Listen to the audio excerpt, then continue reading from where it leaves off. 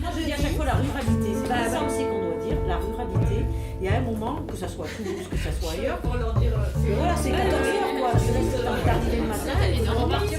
Et comme ça peut faire des économies parce que c'est pas obligé de dormir à l'hôtel. Exactement, mais ils n'y pensent pas. Gabi, petit tour de présentation hyper rapide. Je m'appelle Gabi, ravie de vous accueillir. Merci à ceux qui a apporté la brioche. Et voilà, je fais des sites internet et des programmes web. C'est ça. On est parti dans ce sens. Alors moi c'est Isabelle et je fais de la création de vêtements. Isabelle aussi, comme ça c'est facile à retenir. Donc je suis installée depuis septembre comme, dans ma formation en fait et mon expérience comme professeure de mathématiques, mais je me suis mise en libéral. Donc Merci Hélène, merci pour l'accueil en tout cas. tout le monde me connaît a priori, donc voilà, je suis l'animatrice du réseau, mais voilà, je suis aussi une frangine finalement.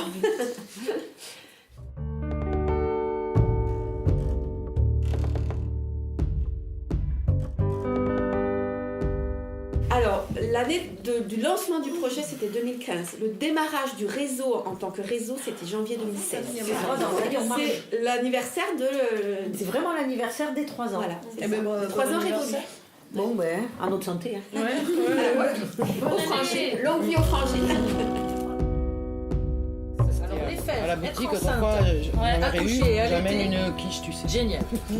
Non, moi j'ai pris une tisane. Ah ouais, c'est moi j'en ai bien, un petit café. Bonjour. Un peu beaucoup à la bourre. Gabi, Oui. J'avais vu la première fois que je suis venue aux frangines. ah bon, il y a... Donc Géraldine. Géraldine, c'est ma copine. Peintre en bâtiment aussi. Ça se voit. On t'explique Géraldine, je suppose que Camille t'a quand même dit quelque chose sur les frangines, qu'est-ce qu'on est, qu'est-ce qu'on fait C'est que des filles qui vont faire quelque chose. ou qui y ont déjà, voilà. Ça a démarré comme ça. Comment est-ce qu'on va faire pour aller chercher des personnes qui ont besoin de ce réseau d'entraide et à qui ça va rendre service? Et donc un jour, j'ai eu un appel de la part d'Hélène qui m'a demandé si ça pouvait m'intéresser. Au départ, je ne savais pas trop ce qu'elle me présentait.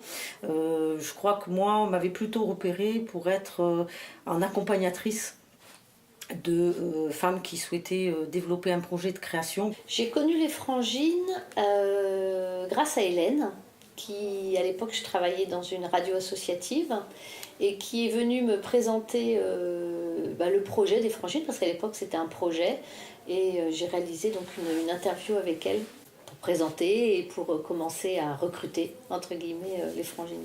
Il se trouve que au fil du temps, je n'étais pas du tout accompagnatrice, mais carrément intégrée au même titre que tout le monde dans le groupe, et c'était très bien comme ça. On commence par un petit tour météo. Donc voilà, je sais pas qui veut démarrer.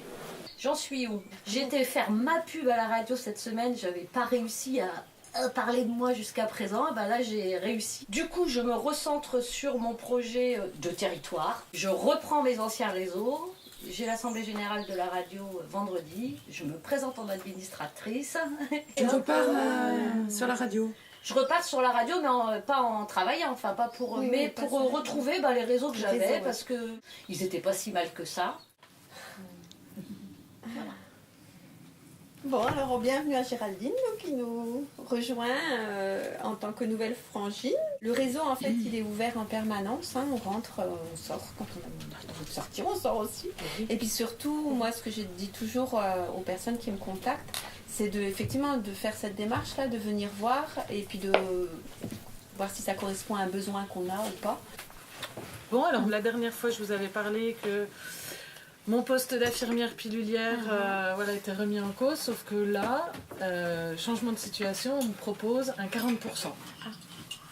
Donc ce qui serait très bien pour compléter mon activité, ce serait très bien. Voilà. Donc c'est quelque chose qui est en train de maturer tranquillement. Sinon ça va. Alors à moi. Du coup, moi je continue à travailler pour ma maman et ma belle-maman. Et du coup, chez Jérôme, toujours community management pour les deux, mais beaucoup conception aussi chez Jérôme. Donc voilà, j'aimerais bien que des choses que j'ai dessinées se réalisent. Pour faire les choses bien, si. C'est tout, sinon tout va bien. Elle passe la parole à sa maman. Nous, ce côté Jérôme, ce qui est plutôt encourageant, c'est que les gens, ceux qui viennent vers nous, sont plutôt convaincus et soutiennent plutôt notre projet. Un petit cas. Café aussi? On embraye sur le planning. En novembre, le 16 au matin, c'est chez Hélène. Chez moi. Oui, Alors, c'est ça. ça. Mais ça, Tu continues à changer un peu de jour pour que ça parce bloque qu'après, c'était personne. le 17, c'était un lundi. Est-ce qu'il y a des besoins particuliers? Je crois que Marie avait exprimé le souhait d'un atelier miroir, non? Oui, je sais Il pas, me mais moi j'en semble. avais parlé aussi la dernière fois. Moi, je proposerais bien un petit temps, 15-20 minutes de yoga dessous. Ah oui. Ah, c'est ça, ouais. Donc 9h30 chez Hélène. On fera du covoiturage. Ouais. Est-ce que vous avez d'autres envies, d'autres besoins pour le groupe dans l'année qui vient? Parce qu'on travaille sur l'échéance 2019. J'ai connu les Frangines avec Christophe Thiac de la Maison de l'Emploi à Caussade, qui m'a parlé de ce réseau nouveau, réseau Entreprendre au féminin en milieu rural, qui venait de se créer. Au début, on ne savait pas trop ce que c'était, et finalement, ça a cheminé, et c'est ce que nous sommes aujourd'hui nous-mêmes. Je sais pas ce que je venais chercher chez les Frangines au départ parce que je savais pas exactement en quoi ça consistait vraiment. C'est plutôt, j'ai suivi plutôt ma maman qui me le proposait parce qu'elle me connaît. Donc après j'ai tout de suite compris que c'était basé sur les valeurs humaines. Il y avait vraiment cette bienveillance et donc j'ai de suite compris ce que j'y trouverais. Que pour moi, comme je suis très isolée dans le boulot que je fais en tant que community manager, je suis tout le temps devant mon ordi, j'avais besoin de retrouver ce lien avec les autres.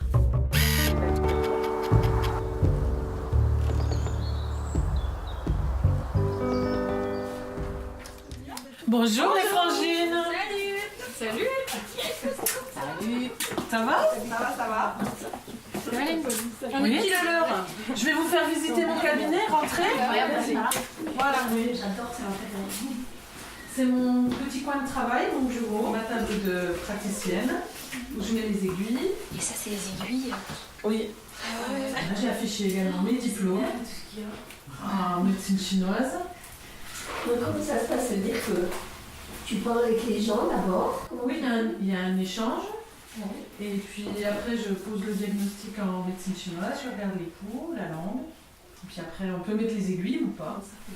Alors le principe, rapidement, c'est de refaire circuler correctement l'énergie. Et puis il y a également les ventouses. Ça peut résoudre des problèmes de santé. Ouais. Bon, cool, on fait quoi? On fait la réunion dehors peut-être? J'ai installé la terrasse quand même des rayons de soleil. Donc on appelle ça les candiens. Oui. On fait le yoga du son, puis après je proposerai un petit café, comme ça permet d'enchaîner. Ce qui est intéressant dans les Frangines, pour moi, c'est qu'il n'y a pas de notion de délai. En fait, c'est un réseau qui est très libre, où on peut rentrer et sortir en fonction de nos besoins. Peu importe où en est notre activité, qu'on soit porteuse de projet ou qu'on soit déjà dans quelque chose d'un peu plus abouti, le réseau nous permet à n'importe quel moment d'exprimer des difficultés et des problématiques lambda, que ce soit dans notre communication par rapport à notre activité ou dans peut-être des soucis administratifs ou quoi que ce soit. Il y aura toujours quelqu'un qui aura une réponse adaptée à nos besoins. L'accompagnement classique de création d'entreprise, on a des thématiques, on a des formations, on revient toujours à peu près sur les mêmes choses. Moi, ce que je retiens qui est très intéressant chez les Frangines, c'est qu'on part vraiment du besoin de la personne qui se trouve dans le groupe. Par exemple, Pôle emploi que j'ai rencontré, je les aurais écoutés, j'aurais pas du tout fait ça parce qu'il n'y a pas de débouché. Sauf que j'ai persévéré et je me suis rendu compte que yes, we can.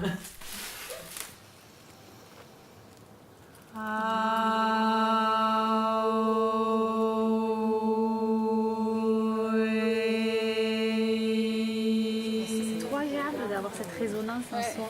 Donc l'atelier miroir, c'est une des Frangines expose sa problématique du moment qui est en rapport avec son activité professionnelle. Ouais.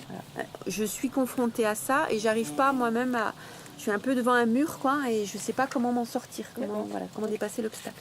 Et d'une fois qu'elle a formalisé cette problématique, on est là pour faire miroir, c'est-à-dire pour en fait lui renvoyer ce que ça nous évoque comme questionnement, comme suggestion, comme proposition. Parce que moi, voilà, j'avais cette problématique de moi, je n'arrive pas, en tant que maman, en tant que maman qui travaille, et femme, voilà, la maison, toutes ces choses que vous connaissez, j'arrivais pas à dédier du temps à ça. Et la céramique, c'est censé rester une passion à côté que je veux faire peut-être devenir une activité. Et du coup, je le mets en dernier plan et je le fais pas. Est-ce que tu as des difficultés financières qui justifieraient le fait que tu fasses passer d'autres projets avant celui-là? Non, je dirais que non, mais... Est-ce que c'est de la culpabilité? Je pense que c'est de la culpabilité, de la conscience professionnelle en fait, plus pour les boulots que je fais.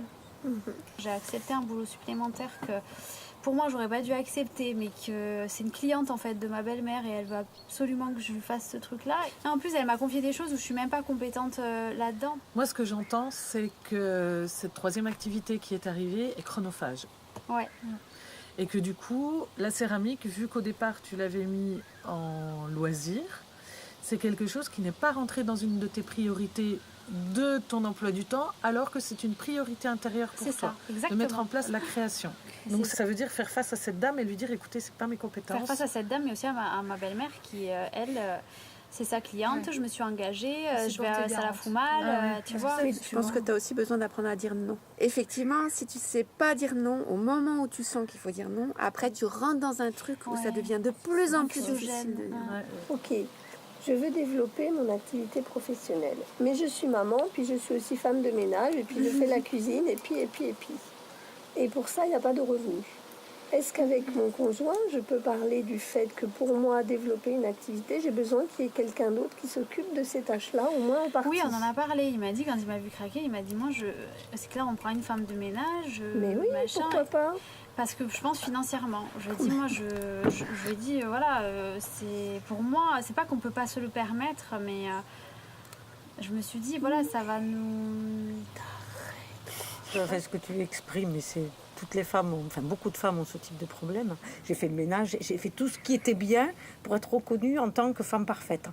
Il se trouve, mais c'est le problématique des femmes, c'est que on leur a inculqué ça depuis toute petite, et donc elles se disent, mais si je fais pas ça, je suis donc en fait, j'ai compris ici que de dire non, comme tu disais Hélène, ou de dire je peux pas ou je fais autrement, c'est pas dévalorisant. C'est pas dire je suis pas capable, en fait.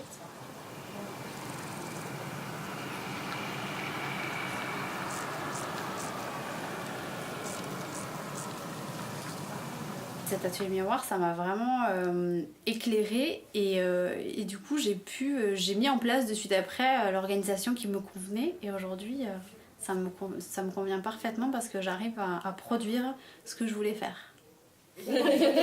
Voilà, et ça marche. En fait, on a toutes dans les vides greniers. Un petit tour météo, vite fait quand même. Alors, moi, je l'ai dit en informel, là, j'ai signé mon contrat en 40%, donc là, c'est sûr, à partir de janvier, ça démarre, donc ça va permettre de pouvoir poser les choses financièrement pour la famille. Et puis, la personne qui vient me voir, qui est webmaster, va me faire pendant les vacances une page web. J'ai sauté le pas. La grande réfractaire au départ, et puis en fait le trajet qu'on a fait en covoite, on a un peu échangé, ça a un peu cheminé. Et puis j'ai eu une ou deux personnes qui m'ont dit c'est pas facile de vous trouver avec votre nom. J'ai dit bon allez, j'ai reçu l'info, on y va et puis voilà. Donc météo, on va dire ça pourrait aller peut-être un petit peu mieux. En fait, je me déplace beaucoup moins sur Toulouse, Paris, tout ça, parce que j'ai décidé que ça coûtait quand même assez cher et puis que c'était plus le moment. Mais ça me permettait d'avoir beaucoup plus de liens. Oui, c'est plus ça, de se retrouver un peu seul. C'est ce côté-là qui me manque un peu. On est tous avec toi. Donc le partage, pour moi, c'est quelque chose de vital, en fait. Et les frangines, probablement aujourd'hui, c'est aussi ce qui me permet de rééquilibrer ce que j'ai dit tout à l'heure, c'est-à-dire d'avoir ce manque d'équipe. C'est au moins un espace et un endroit où je retrouve ce partage et de pouvoir faire ensemble. Alors le 22 août, du coup, on peut le faire chez moi, mais du coup ça fait 2 fois dans le même secteur géographique, donc je sais pas. Après, c'est aussi une question de distance. Tu vois, le jeudi, je travaille que de 3 à 4. Et ouais, donc si en plus il y a 1 heure de route derrière... Dans ce cas-là, on refait un matin alors. On a des problématiques en milieu rural qu'on n'a pas en ville, enfin qui sont différentes. Je veux dire, on a des problématiques de mobilité. En ville, c'est des problématiques qui sont absolument pas connues. Enfin, c'est pas qu'elles sont pas connues, mais elles sont pas appréhendées à la hauteur de ce que ça peut être des inconvénients, des freins de développement énormes. Et en termes de coûts, en termes d'organisation de vie. Quand on monte une entreprise en ville, on a des tiers-lieux, on a des espaces d'échange, de partage dans lesquels on peut aller se ressourcer, on peut aller chercher de la ressource justement aussi. Et en milieu rural, il n'y a pas ça. Donc le milieu rural, il a quand même aussi cette problématique-là de se dire, bon voilà, est-ce que je vais arriver à développer suffisamment mon activité économique pour pérenniser, pour en vivre. Et je dirais que du coup, lié à ça aussi, il y a une spécificité qui fait que parfois, les créations d'entreprises débouchent sur une activité mixte avec un emploi de salarié à temps partiel et une activité à temps partiel, par la force des choses en fait. Après, ça peut être un choix aussi. L'un ne tue pas l'autre en fait, et c'est ça qui est peut-être aussi... Et la spécificité du milieu rural, c'est que finalement, c'est parfois des créations d'activités un peu atypiques et qu'on ne verrait pas en milieu plus urbain. Le but là, il est que chacune s'exprime sur la question suivante, en quoi dans son activité professionnelle le rapport à l'argent pose problème. C'est-à-dire pourquoi est-ce que pour moi, femme entrepreneur, c'est compliqué de donner une valeur juste à ce que je fais. Pourquoi c'est compliqué et qu'est-ce que ça pose comme problème du coup pour l'entreprise. C'est juste pour que moi après je reprenne cette matière-là et que je formalise des questions qui vont nous permettre de travailler un peu plus profondément sur cette question-là la prochaine fois. Je peux répondre en oubliant ma réponse?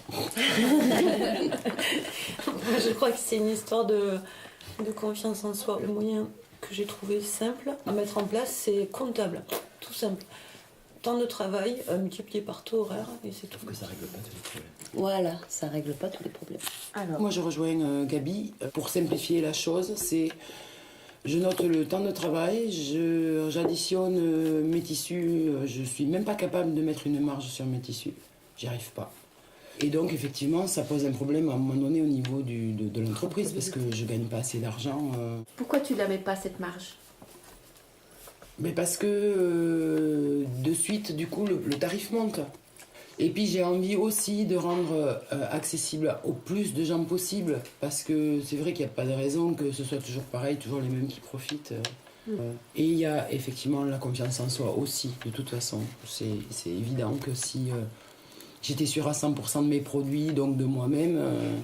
peut-être que j'oserais vendre plus cher. Et pour résoudre ce souci-là, tu peux diversifier tes activités. Qu'est-ce que tu fais déjà avec la couture, par exemple? Les cours, pardon, les cours. Couture. Oh, là, je gagne pas du tout d'argent. Ouais.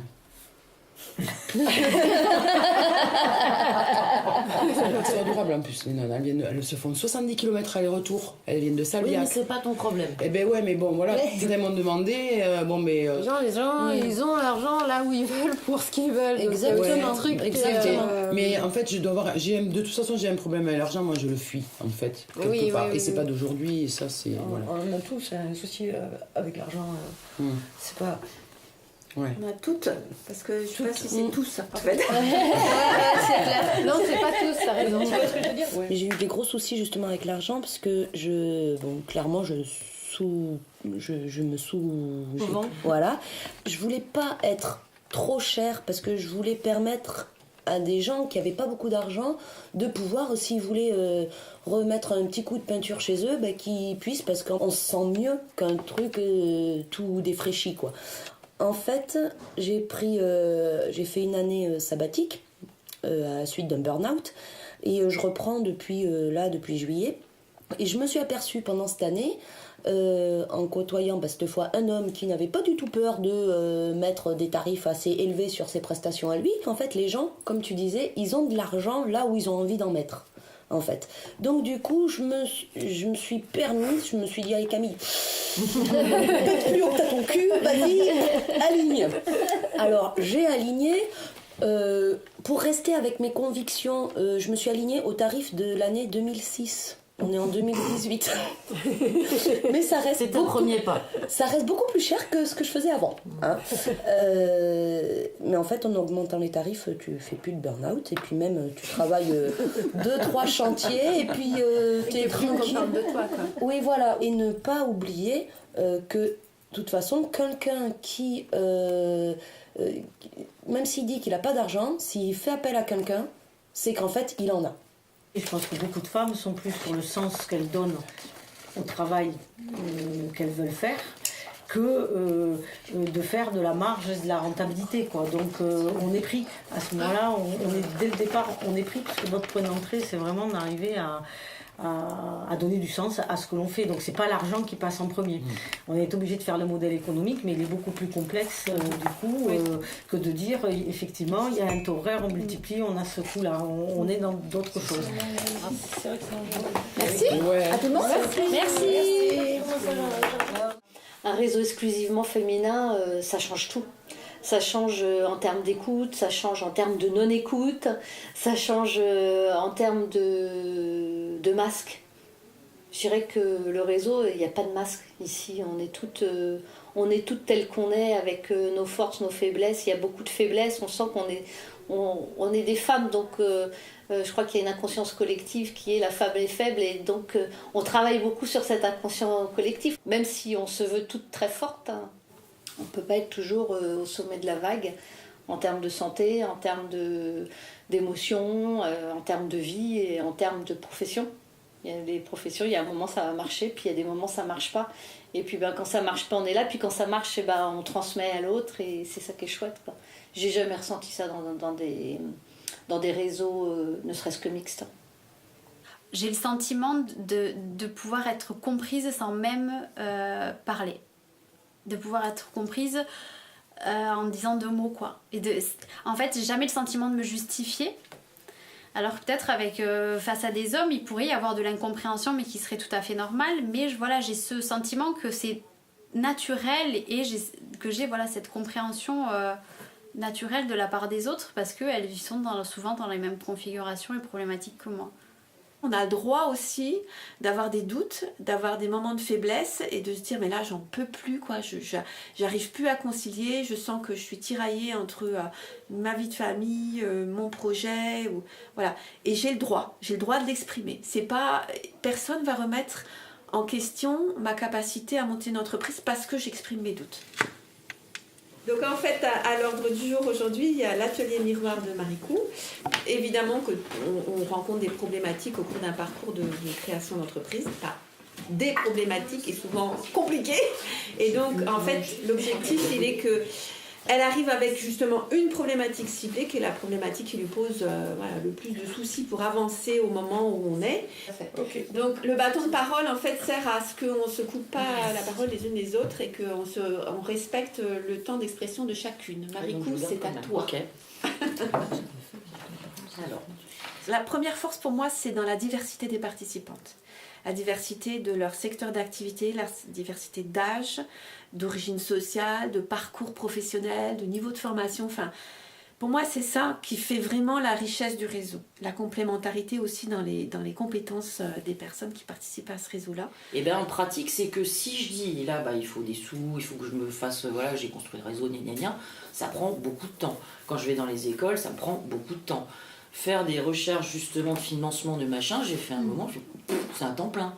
Donc si je cherche des sous d'un côté, en même temps il faut que je montre que j'ai fait des ateliers, que ça porte, que ça réussit. Donc il faut que je m'y investisse, que je les prépare, que je communique dessus. Je n'ai pas le temps de chercher des sous. Et si je cherche des sous sans avoir rien à présenter, ça marche pas non plus. Allez les filles, sauvez-moi, mais c'est pas comme ça. C'est-à-dire que effectivement, c'est plus qu'un plein temps. Mais malheureusement, il n'y a pas d'autre solution, j'ai envie de dire. Pour éviter que ce soit épuisant, il faut cibler, c'est quoi mon cœur de projet. Dans cet accompagnement, il n'y a pas celui qui apprend et les apprenants. tout le monde est sur un pied d'égalité et du coup on progresse avec les compétences qu'il y a autour de la table. L'idée du réseau des frangines et la spécificité, elle est aussi là, elle est aussi de valoriser toutes les compétences qu'on a au sein du groupe et de les faire, du coup que chacune se fasse monter en compétence sa voisine quelque part, c'est un peu ça. C'est bon pour les groupes?